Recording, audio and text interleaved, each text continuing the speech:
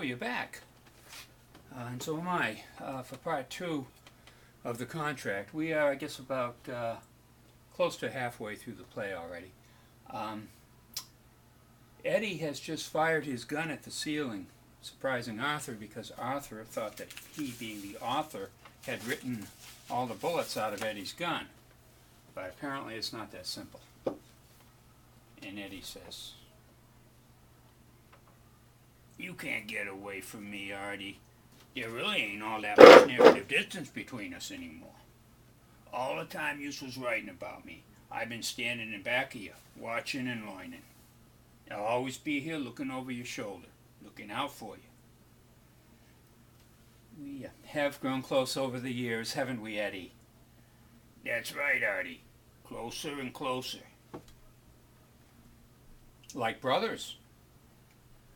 "Twins, you and me. And all the things I done, you done first. Only you changed it around in the stories to cover your tracks." "That's the nature of art, Eddie. It's all about deception in order to paint a true picture.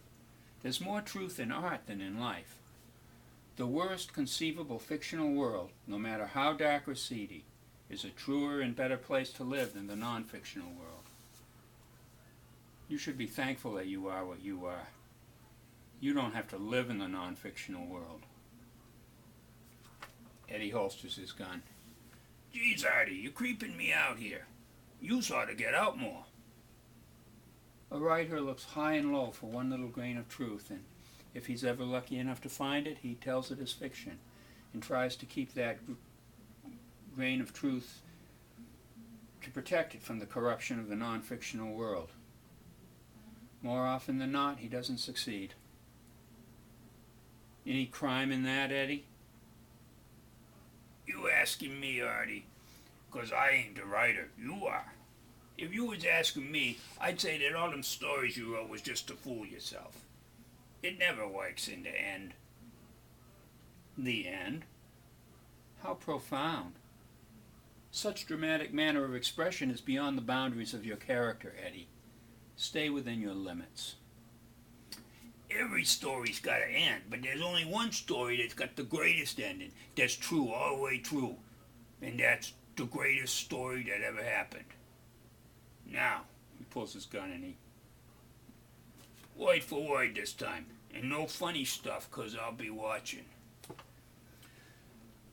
"All right, Eddie." So now we go back to Arthur typing Eddie's dictation, as Eddie's standing in back of Arthur typing. And so Eddie dictates and Arthur types. "Eddie the Weasel woke up one morning and it was raining outside of his window, and then he wanted to kill something.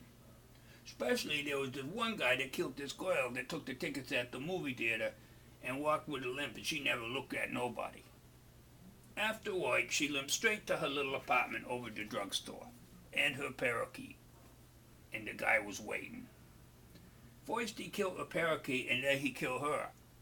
And Eddie the Weasel didn't like that, so he went out in the rain looking for the guy that killed the girl and her parakeet." "That's great, Eddie. Keep going."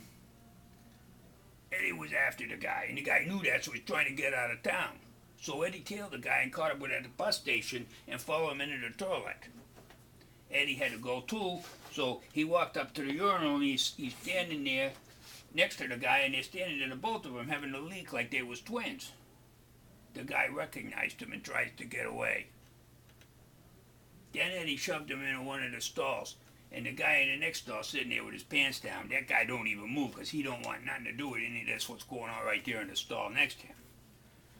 The toilet was plugged and water running all over the floor, and Eddie shoved the guy's head into the toilet. And then... "And then? Oh, come on, Eddie, don't leave me in suspense.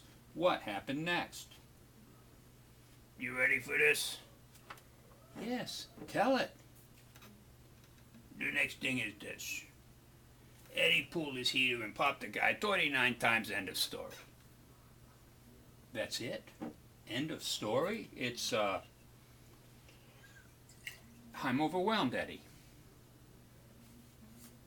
39 times I bugged the guy. back of the head. Yeah? The most I ever shot into that guy's was 13 times. And this guy was 39 times.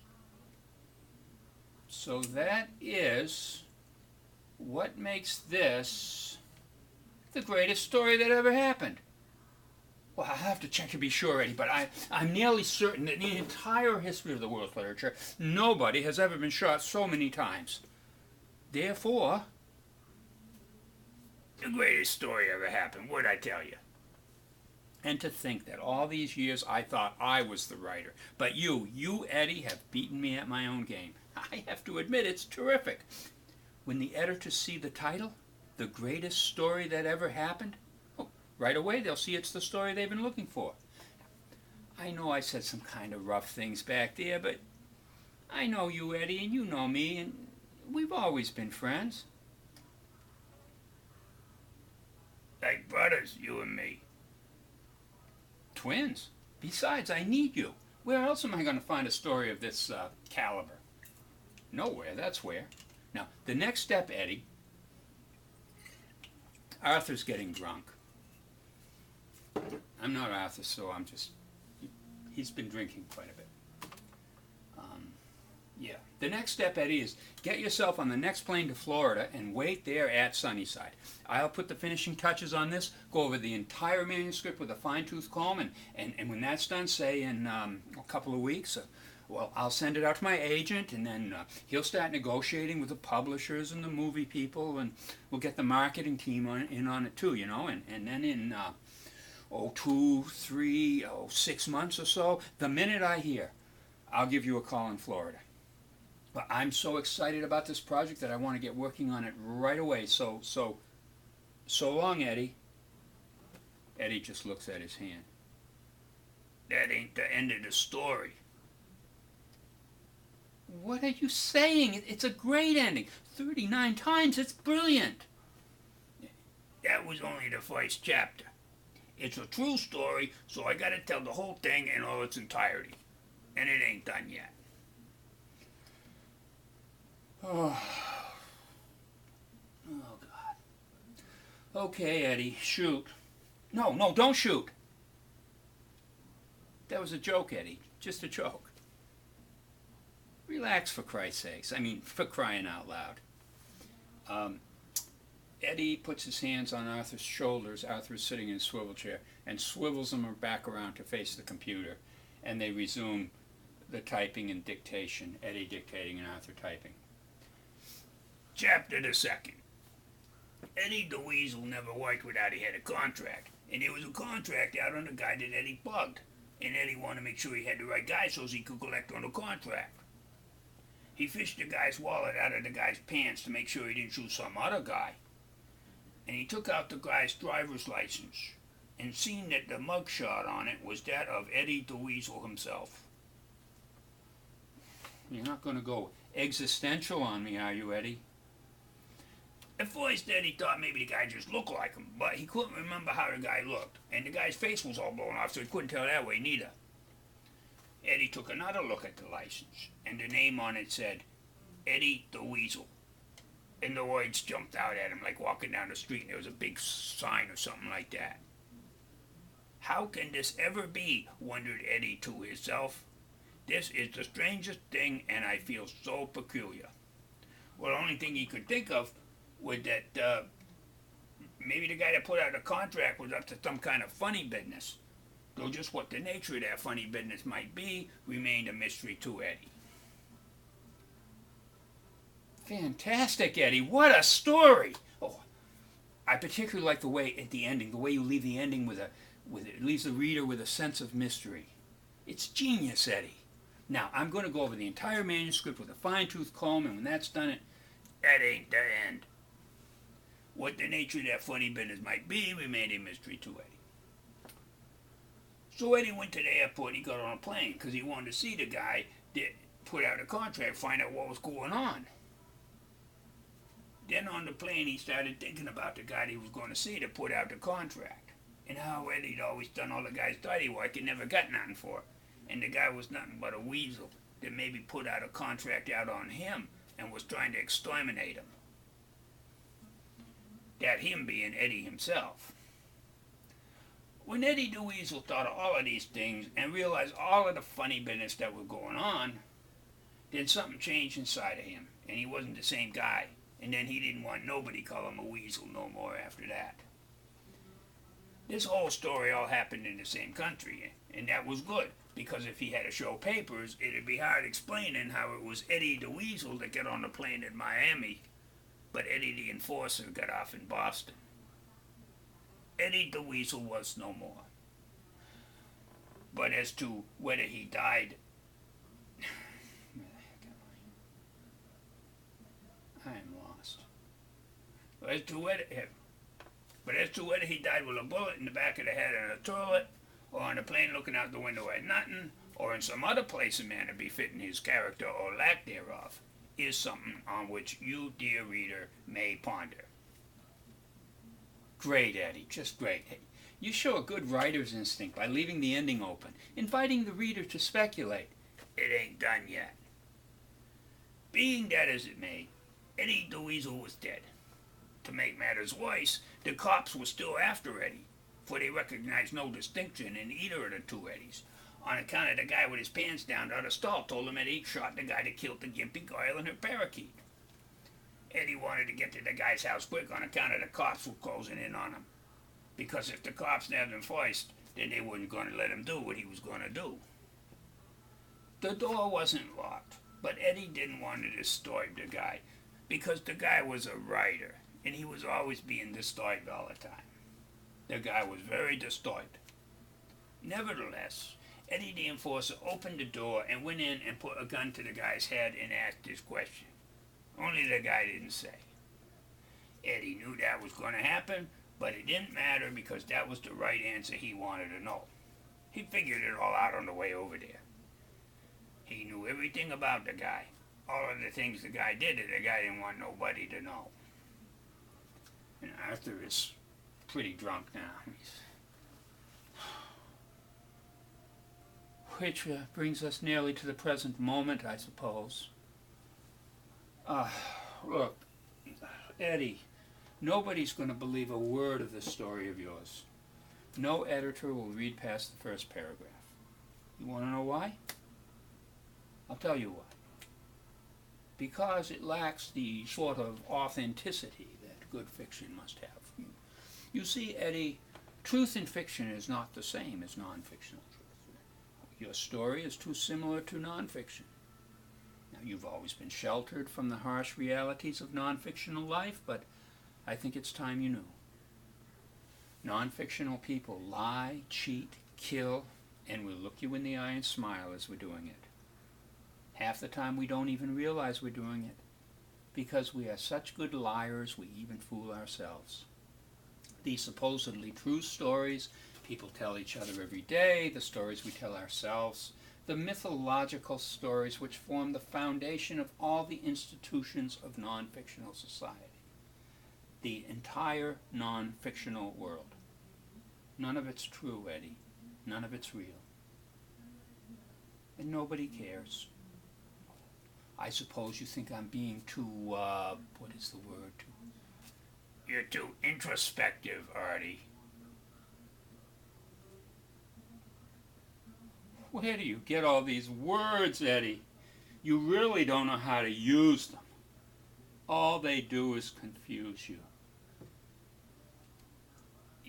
You wrote some big words in some of the books. Hey, what do you want me to do? Walk around with my hands over my ears? Eddie the Weasel was walking down the street with his hands over his ears so that he wouldn't learn any words. So I expanded my vocabulary. So what? And I suppose now you think you're a better writer than I am, because you know lots and lots of big words. If you think you can do my job better than I, be my guest. I think you're beating yourself up over this, Artie, on account of you think you're a crummy writer. So maybe you ain't the greatest writer in the world. So what? How dare you, Eddie? I created worlds for refugees who had no other home to go to. friendless characters who became my friends. Maybe I wasn't so good at it. I kept on with it because I was always happier here than anywhere else. And I always dreamed that someday... Face it, Artie, those books you wrote wasn't so good. The world's foremost author is also a critic. Well, why don't you combine those two talents and embark on a second career, writing literary criticism? That Western you're working on, The Lonely Gun, that ain't no good neither. Lonesome Gun.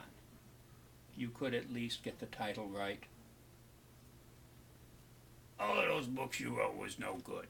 They stink. Every stinking word you ever wrote stinks. Oh, and you think this piece of crap you're writing is any better? You're the author, Artie. You're the author of all of this. It's good, you'll see. This book ain't gonna be like all the others. You ain't such a crummy writer, Artie. You just never hooked up with the right genre. Genre? Oh, tell me, Eddie. In your spare time, when you're not writing book reviews for the New York Times, do you and your hoodlum friends get together to sip sherry and discuss genre? All I'm saying is this.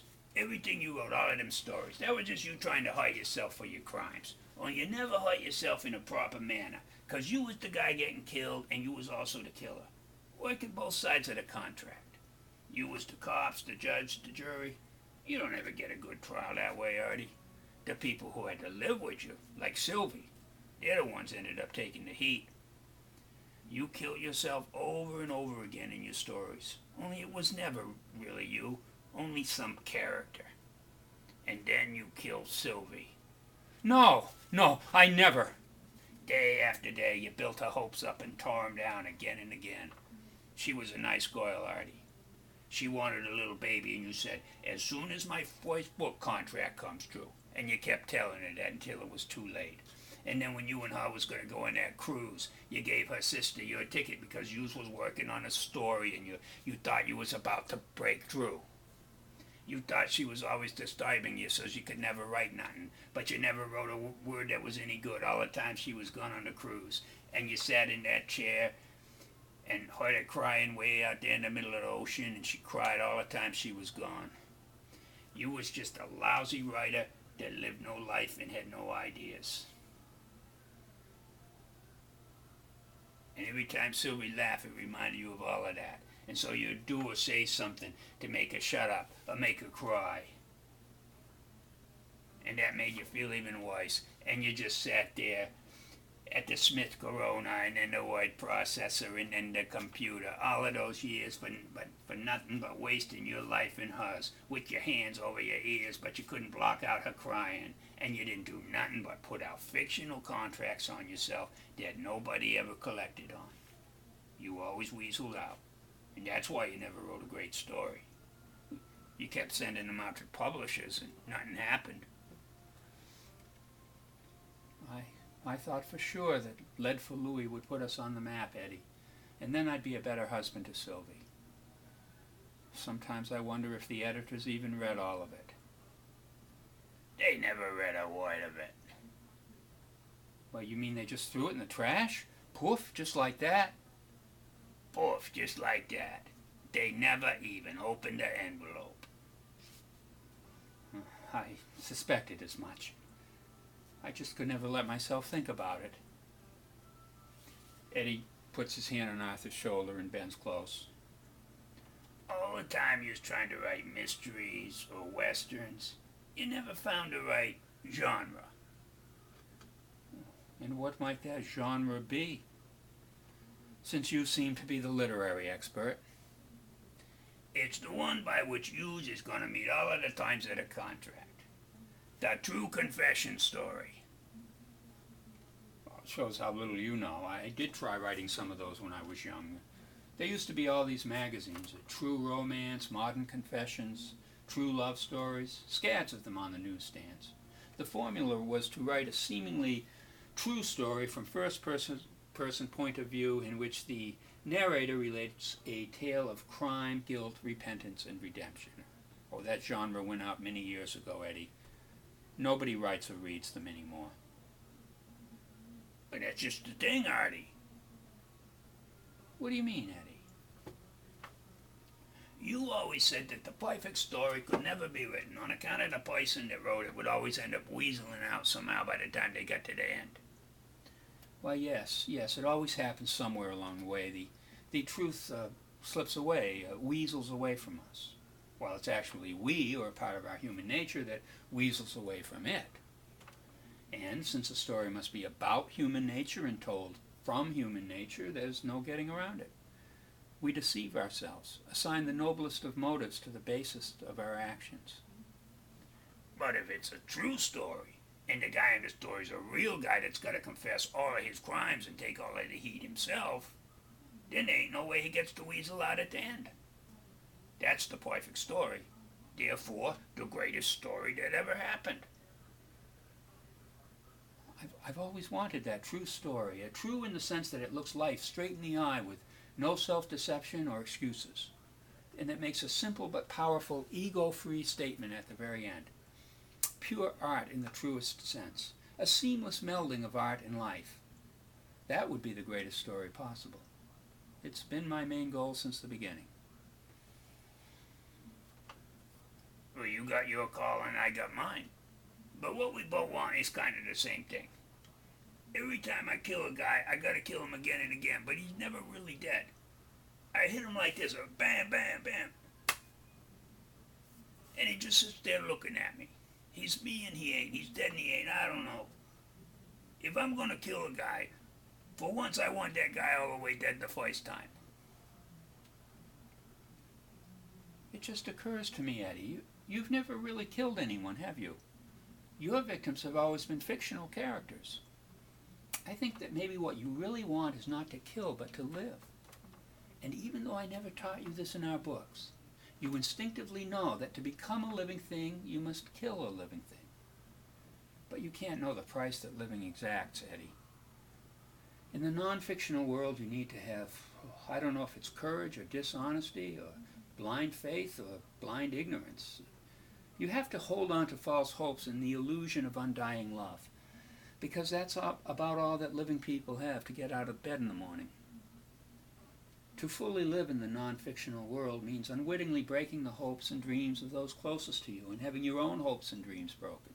To continually kill and be killed and go on living, with no real awareness of oneself or of others. The punishment for exercising the ignorance and audacity required to live is death, Eddie, which is no more or less than living people deserve. But if you've decided in spite of all that to live, then good luck. As a fictional character, your privilege is immortality, your purpose to illuminate the enduring truths that non-fictional people wouldn't otherwise want to see. There's satisfaction in that and fulfillment. It's why I'm a writer. Think, Eddie. Do you really want to give up all that in favor of a mortal, non-fictional life of false hopes and delusions? Just one time, one bullet, Artie. That's all I ask. It don't even have to be a bullet. That's just a metaphor. It could be a knife or a rope or something. Just so as the guy don't get to weasel out. That's how my end of the contract's finally going to get fulfilled.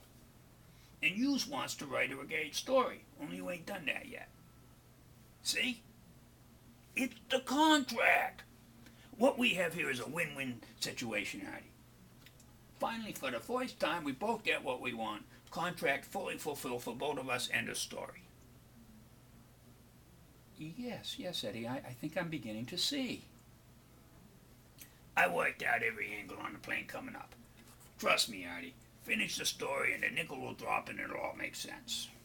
Now they go back to working on the story. Eddie dictating and Arthur typing. Chapter the third and last, and then there ain't gonna be no more after that. When we last left Eddie the Enforcer, he asked the guy a question. Only the guy didn't know. Then when the guy told him that his wife died, Eddie didn't ask how that happened on account of he already knew that the guy murdered her. But the guy wasn't gonna say.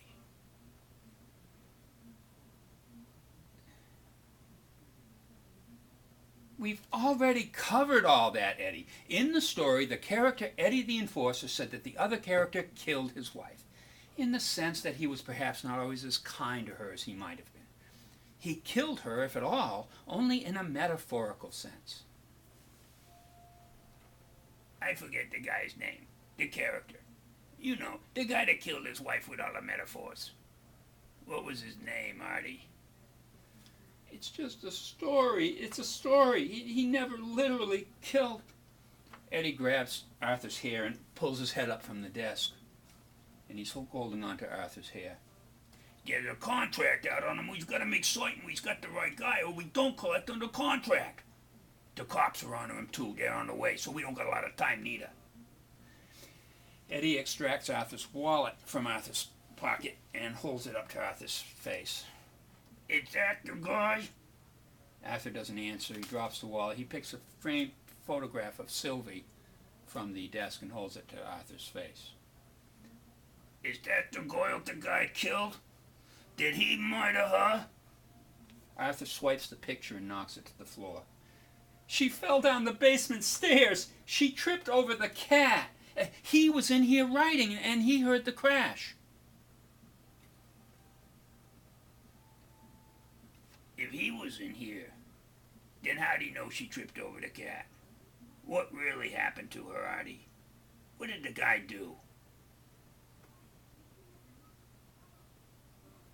When he found her lying at the bottom of the stairs, the cat was walking on her body and purring. He surmised she tripped over the cat. You mean the cat followed her down the stairs? Then he flings Arthur's head into the desk. Well, that's a funny cat. 'Cause usually when they hear a loud crash like that, they run and hide under the bed on account of they don't want to take the rap for whatever happened. That pretty blouse she was wearing, how'd it get ripped? Maybe the cat ripped it. I guess that's enough for now. We're about 2/3 through the play. And so there'll be one more installment, and then we'll be done. And again, thank you for watching the video.